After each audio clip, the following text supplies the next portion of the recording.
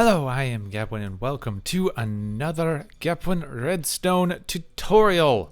Today we are dealing with this thing behind me, which is the Incinerator slash trash can doohickey. Yes, wonderful descriptions like those. It's a wonder you keep coming back for content. Basically, how this thing works, you have a chest here in which you put unwanted items, because sometimes you just have stuff you need to get rid of. Like, 400 luck of the sea fishing rods from your AFK fish farm. No one needs that. So put some of those in here. In this chest here. Now, as long as you have this chest and you don't hit any buttons, it's going to just stay in here ready for you to take out, put in, do whatever with. Now, when you hit this button, this system will extend this piston, locking this chest. It will turn this light off, letting you know that it is functioning. That will unpower a block down here, which will unlock the hopper that is below this chest. That will take the items in this chest and move them down into this dropper, which is hooked up to its own clock, which will then drop them down into the lava. I would not recommend using wool. Stop that, lava. Don't set fire to my thing. I'm using it obviously to keep the circuit colors organized, but I wouldn't recommend it personally.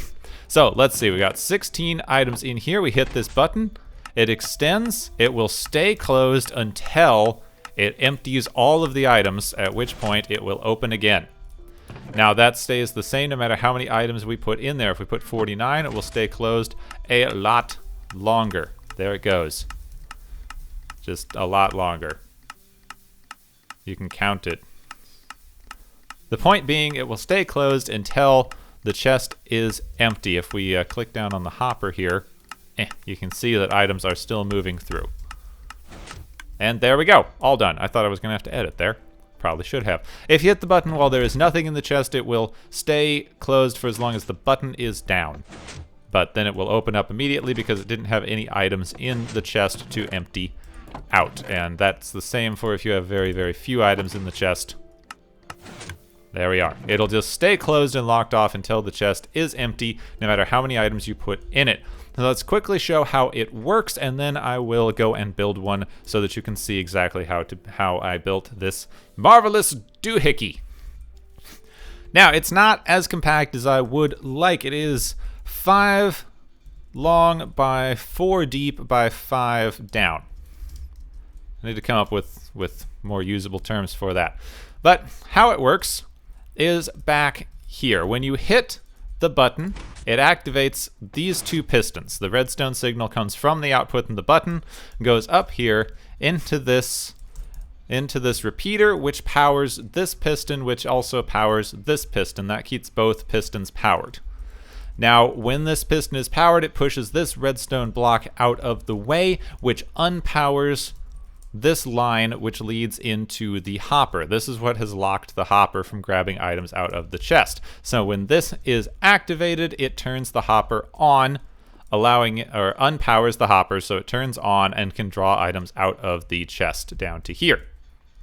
Now, to extend this signal for as long as there are items moving through the hopper, we've put a comparator out in front of, or coming out of the hopper. We have a comparator that goes directly into a redstone repeater. That means any signal coming out of the comparator goes into the repeater is instantly magnified. So even if there's only one item in the hopper, it gets a full signal coming out of this repeater. That then leads into this same redstone line that has looped around and will also power this piston. So even when this button turns off, as long as there are items going through the hopper, this redstone will stay on and it will keep these extended. So as you saw before, if I hit this button, it just turns on the line as long as the button is depressed, and then both of the pistons go back. But if we fill it with items and we hit this button, you see the button is no longer pressed, but the redstone is still active because this comparator is activated, which is turning on this line, which is activating these two pistons. It's a very, very simple system. It's just a tiny bit bulky, and where you put all of the inputs is a little tricky because they all have to fit into this very, very tiny area surrounding the hopper. But let's quickly move over a little bit and build another one so you can see how it works. So to start with, you need the wall where you're going to be putting everything. You have the block where you're going to have your indicator light. Then you have the block where you're going to have your chest. And then next to it, you have the block where you're going to have your input button. Just like that. Now you can have this one down, I believe. Then you are going to need to grab a dropper. I'm so prepared. Look at me. Grab a dropper, have this one under the chest facing down. Down is one of the few directions you will actually be able to empty the items, and if you face down, you can drop it straight into lava or a water stream that takes them away, whatever you want. Then on top of the dropper, you want to put a hopper that is facing down into the dropper and up into the chest so that it will draw items out of the chest and put them into the hopper. Now let's start with the hopper timer circuit because that is the easiest one. If you come out 2 down from this block so that you are 1 block beneath the hopper, you build out a 3x3 area. Then coming out of the hopper, you have a comparator. You set that to subtract mode. Anytime there is an item in the hopper, it will send a signal out through, or not the hopper, excuse me, in the dropper. Anytime there's an item in the dropper, it will send a signal out through this comparator. If you run that directly into a redstone repeater, that will extend the signal. So even if you have a very, very weak signal coming out of the comparator, you will have a full strength signal coming out of your repeater. Run redstone back around this way on the right side so that it connects back into your redstone comparator. That way, anytime there are items in this dropper, it will set up a clock. This is a very simple circuit. I've used it several times before in my other series, so it's one that you should be able to be familiar with. Now, you put a repeater right next to the comparator so that the redstone will not connect to the side on this side. Run that into a block that is right next to your dropper, and then put the redstone around so it connects to that repeater. Now, if you put an item into this dropper, it will continue the clock around, firing it every time the clock pulses until this dropper is empty. I've got a hopper and a dropper, and it's just a tongue twister for me, so I apologize. I'm going to mess that up. Now that is the simplest part of the circuit done, and you never have to touch this again. The dropper circuit is entirely self-contained. Anytime there is an item in that dropper, it will fire off this system. So now you need the inputs that will lock off the hopper. So first thing we need is an output that comes out of the button. We're going to take this around so that we can have the repeater up top, but if you don't want both pistons, if you do not want that top locking piston, you do not need this. We will build it first without this. So you can, in fact, build this up one this way without looping around and not having the repeater. Then, if you grab a sticky piston and you put the block on the end of the sticky piston like this, when you turn this on, it will extend this block. Now, if you want to have the locking mechanism for the chest, you need to have a sticky piston on top here. Now, that will not trigger from this system by itself. That is when you need to put in the redstone repeater and run the line around by 1 in back this way so that it can connect to the repeater, go directly into this piston, which counts as powering that piston block, which in turn powers this piston underneath it.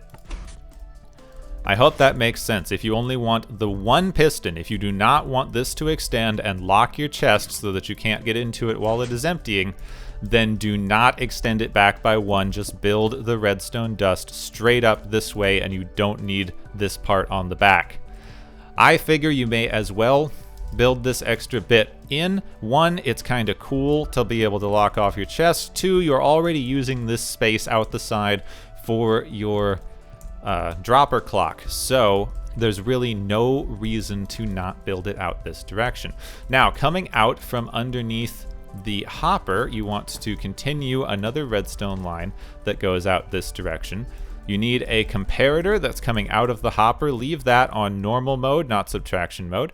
Then you need a repeater coming straight out of the comparator. Once again, that is to extend the signal. So even if a very, very weak signal is coming out of your comparator, it is going to go into your repeater and extend a full redstone signal coming out. Then you just loop this redstone around so that it also comes up to this repeater. Now that will extend the signal that is coming off of this button if there is items coming through the hopper. Even when this button turns itself off, this redstone will still be powered from that comparator. Finally, on our final circuit, it's very, very simple. Just build out 2 blocks from this block here that is next to your hopper.